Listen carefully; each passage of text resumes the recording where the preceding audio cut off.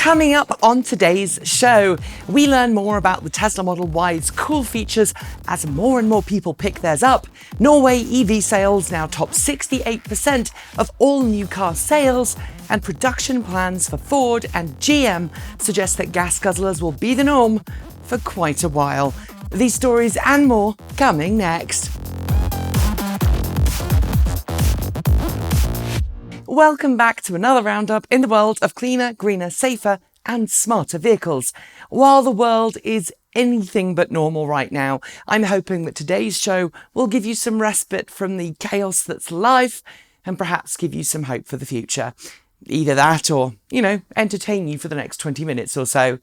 Thanks to the Electric Auto Association for their sponsorship of today's show.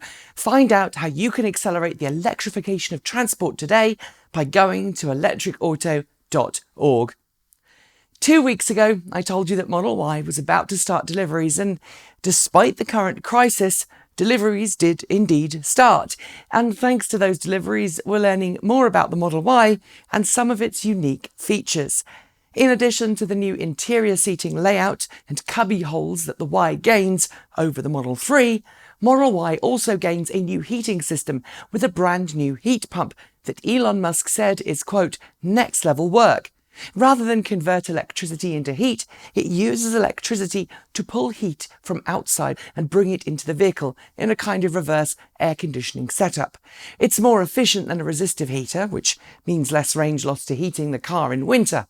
Also worth pointing out is the new heater elements for Tesla's autopilot sensors, ensuring the car can still operate in cold weather. We've been watching the market share for electric vehicles grow around the world for many years, but there's nowhere in the world that's enjoyed the EV market dominance that Norway has. And now, according to the latest data from February this year, 68% of all new cars sold were plug-in vehicles, with the Audi e-tron topping the new car sale charts. Meanwhile, Norway's neighbour Sweden, which has lagged behind Norway quite considerably, has reached a plug-in vehicle market penetration of 26% during the same month. That's a long way behind Norway, but so very much ahead of the rest of the world. And while Sweden's top 3 plug-in vehicles were actually plug-in hybrids, it shows that the days of the internal combustion engine in Scandinavia are indeed numbered. Direct-to-customer sales, where an automaker is allowed to sell its vehicles directly to customers without the need for a middleman auto dealer, are, for the most part, not allowed in the US because of powerful lobbying from auto dealer unions. Tesla has enjoyed some successes changing that, receiving special dispensation in certain US states to operate a direct sales model. But now we can add Rivian to the list of automakers allowed to do that after a new law passed by the state of Colorado and lobbied on by Rivian specifically allows electric vehicle companies to participate in direct-to-customer sales models. It's good to see legislators realise that electric car buyers aren't interested in so-called traditional auto dealer franchisees, especially when automakers are not keen on selling EVs, and neither are the dealers. New reports coming from Germany suggest that Volkswagen is continuing to suffer major issues with the software in its ID.3 electric car, with one report suggesting that Volkswagen is currently looking to deliver cars without certain functionality and then edit later via over-the-air software updates, just like Tesla does. But while Volkswagen is publicly reiterating that it plans to deliver vehicles on schedule, insiders report issues with a lack of suitable staff capable to work on the car's complex and multiple computer systems. The biggest issue, apparently, is the speed at which the car was designed, which has resulted in a hastily made and not well thought out system software architecture. Chinese company EHang has received an operational flight permit from the Civil Aviation Authority of Norway, meaning that it can go ahead with its flight testing of its EHang 216 electric vertical takeoff and landing craft in the country.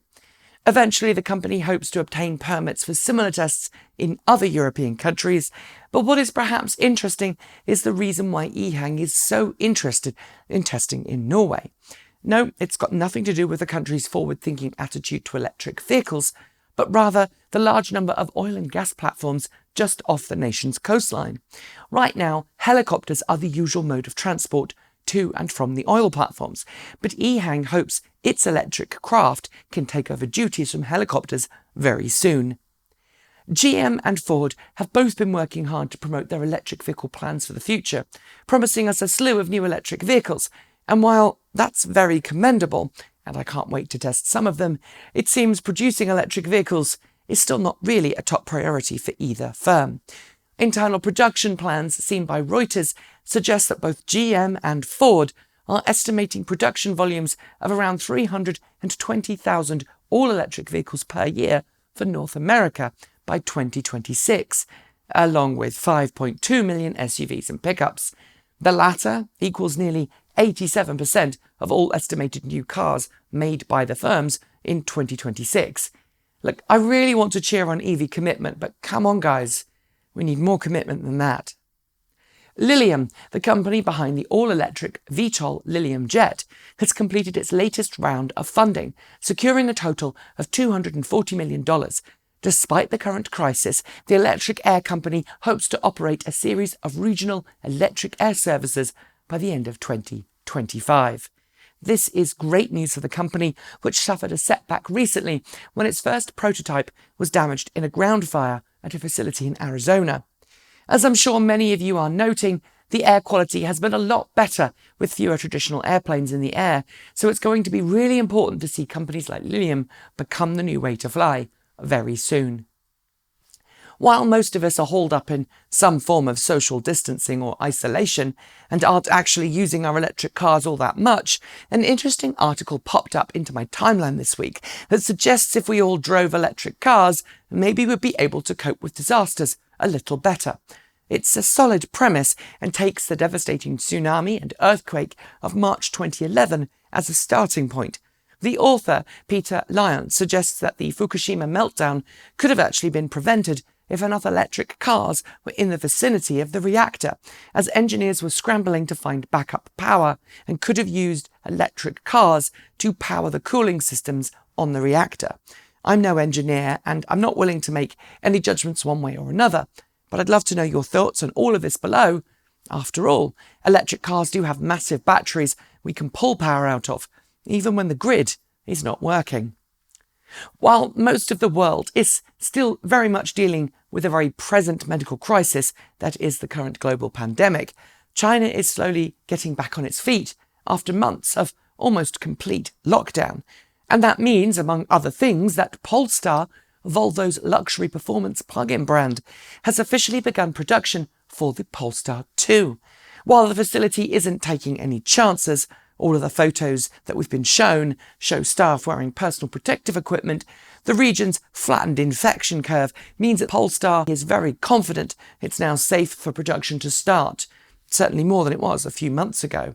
Initial deliveries of Polestar 2s will be to European customers, with Chinese and North American customers following later this year.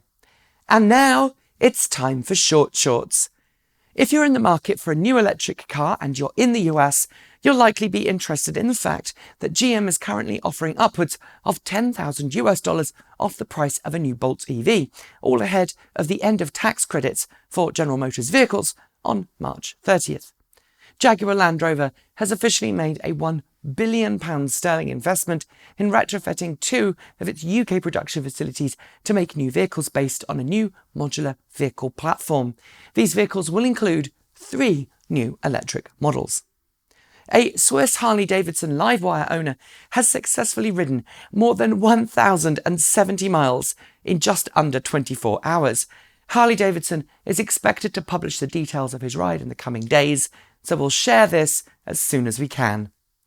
Tesla has begun pushing a new version of its autopilot software to early beta testers, and it includes stoplight and stop sign detection.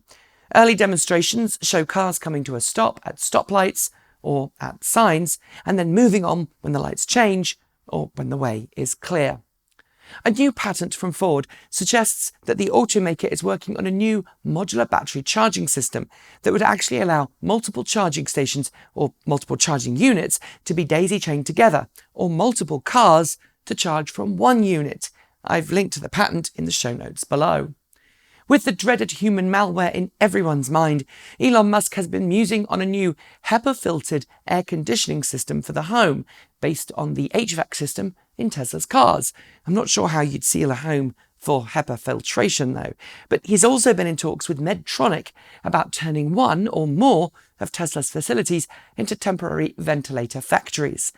A number of charging networks, including PlugShare, ChargeMap, Electrify America and EVgo, among others, have come through for those fighting the current epidemic.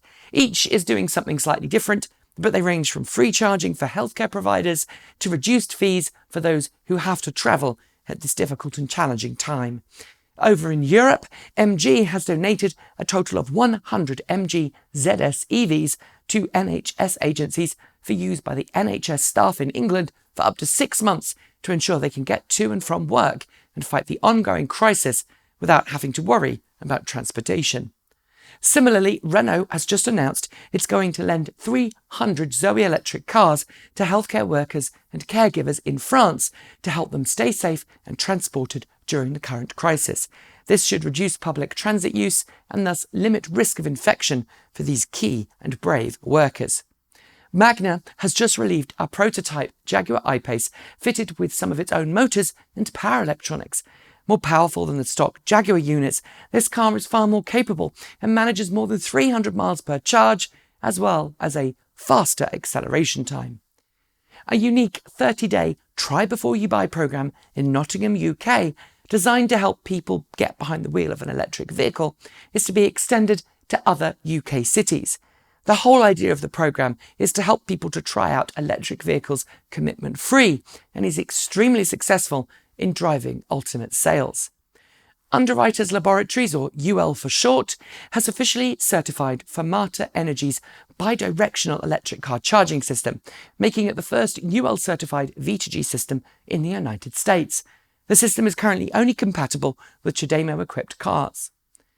It now appears that Tesla is turning off paid-for features like enhanced autopilot in cars when they are sold onwards, arguing that used car customers would be getting access to features they didn't originally pay for.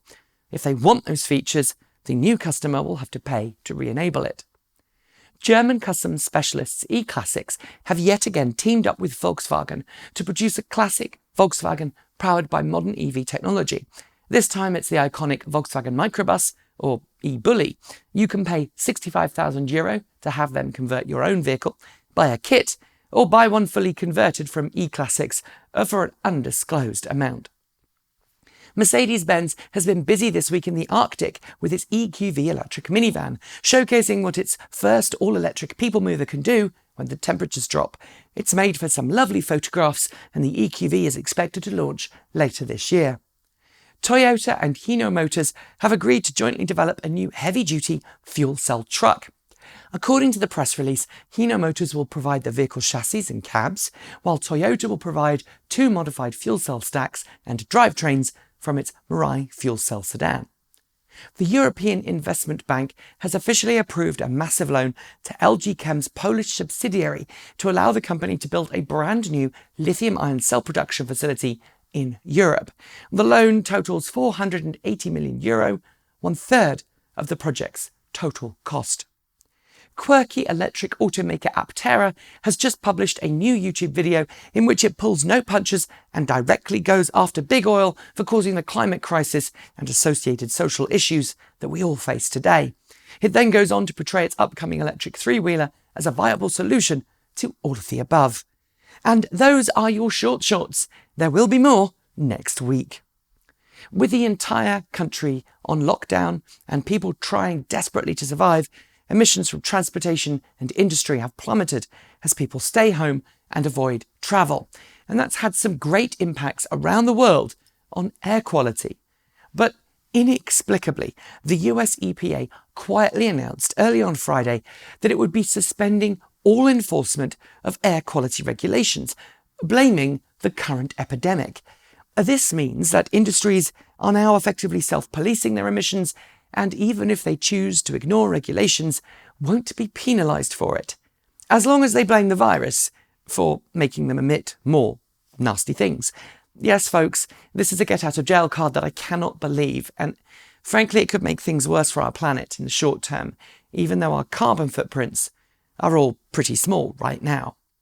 And finally, if you've followed this channel for a while, you'll know that we've covered Tesla's decision to turn off supercharging, as well as DC quick charging, on any Tesla that's been in an accident and then salvage titled after that point, meaning those who purchased a Tesla at auction and rebuilt it are suddenly finding they've got a car that looks great and works fine, but refuses to charge at anything faster than they can manage from a home charging station or a Tesla destination charger. And this week, our buddy Rich from Rich Rebuilds discovered that his rebuilt Tesla Model S is no longer allowed to use either the supercharger network or any DC rapid charging stations. And he made a rather tongue-in-cheek video about exactly what life is like for him now that he's got a car that takes hours rather than minutes to charge. It is well worth a watch, and, well, it'll keep you entertained for sure. So I've left a link below. And on that note, it's the end of this week's show. But before I go, I want to thank the Electric Auto Association for sponsoring today's News Roundup show. They've been advocating for electric vehicles since 1967, and they firmly believe that our future depends on us making the switch to clean, green electric cars today. You can find out how to join, how to become an educator for yourself, attend local monthly meetups, or find an EV owner to talk about making the switch to electric by going to electricauto.org. If you'd like to help us make more videos like this, then please do like, comment and subscribe. You can send us a couple of dollars our way every month through Patreon, or send us a coffee with Ko-fi. And as I said in a previous episode, we're working on a new swag store. After our impromptu hangout last Sunday was very well received, I'm going to try and do another one on Sunday, that's tomorrow, but it will be on the second channel, that's Transport Evolved Take 2, so make sure you subscribe. There's a link here somewhere. Our hope is to go live around 10 a.m. Pacific, fingers crossed, so join in and don't miss out the fun. On this channel, I'll be back very soon with another show, but until then, thanks for joining me. Stay healthy, wash your hands, and as always, keep evolving.